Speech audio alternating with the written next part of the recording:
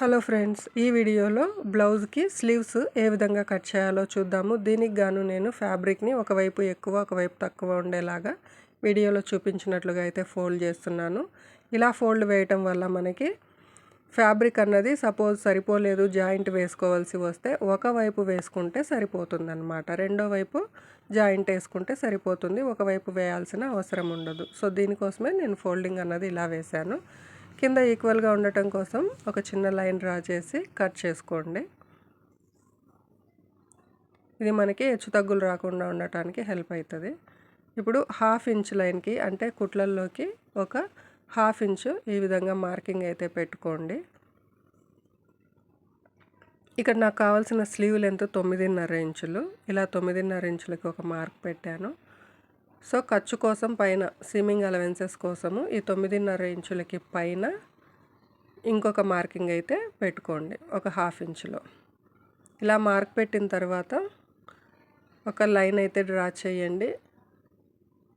ఇక్కడ 36 size blouse, so దీనికి గాను చంక డౌన్ 3.5 ఇంచులకు తీసుకోండి, సరిపోతుంది.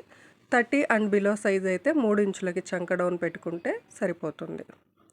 సో చంక లూజుని ఈ చంక డౌన్ లైన్ మీద మాత్రమే మార్క్ చేసుకోవాలి. లూజు 14 ఇంచులు, దీంట్లో సగం 7 ఇంచులకి ఇలా ఒక మార్కింగ్ పెట్టాను. అండ్ కింద చెయ్యి లూజు 11 ఇంచులు, ఇందులో సగం 5.5కి ఈ విధంగా ఇంకొక మార్కింగ్ పెట్టి ఈ రెండు మార్కింగ్ని కలుపుతూ లైన్ డ్రా చేశాను. ఇక్కడ సెంటర్ నుంచి ఒక 1.5 ఇంచు వీడియోలో చూపించినట్లుగా మార్క్ పెట్టి చంక డౌన్ నుంచి లైన్కి కలపండి. ఇక్కడ కొంచెం కరువు షేప్ ఇస్తే సరిపోతుంది. చంక రౌండ్ అన్నది మనకి రౌండ్గా ఉంటుంది కదా, సో దీనికోసం ఇలాగా కొంచెం క్రాస్ ఇవ్వాలి. ఇప్పుడు ఎక్స్ట్రా ఖర్చు కోసం ఒక 1.5 ఇంచ్ యాడ్ చేసి ఇలా లైన్ డ్రా చేసి మార్క్ చేసిన విధంగా కట్ చేస్తే సరిపోతుంది. సో ఇలా కట్ చేసుకున్న తర్వాత మనము బ్లౌజ్ ఫ్రంట్ పార్ట్కి అంటే స్లీవ్ ఫ్రంట్ పార్ట్కి వచ్చేపాటికి క్రాస్ అయితే తీయాలి. సో దీనికోసం ఇలాగా ఫ్యాబ్రిక్ని ఓపెన్ అయితే చేసుకోండి. జాయింట్స్ పడని వైపున ఇలా బ్లౌజ్ సెంటర్ నుంచి ఒక 1 ఇంచుకి చంక చుట్టుకొలతకి ఒక ముందుకి ఒక 1 ఇంచుకి మార్క్ చేసుకొని ఈ రిమైనింగ్ డిస్టెన్స్ సెంటర్కి ఒక మార్క్ పెట్టుకోండి.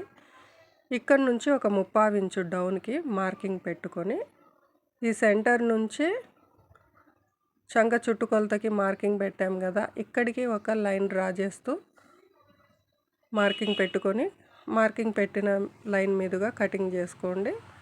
కటింగ్ చేసిన తర్వాత చిన్న టక్ అయితే పెట్టండి, ఇది మనకి ఫ్రంట్కి రావడానికి అన్నట్టు గుర్తుంటుంది. సో ఇది అండి మన బేసిక్ స్లీవ్ కటింగ్. వీడియో నచ్చినట్లయితే లైక్ చేయండి, సపోర్ట్ చేయండి. Thank you all for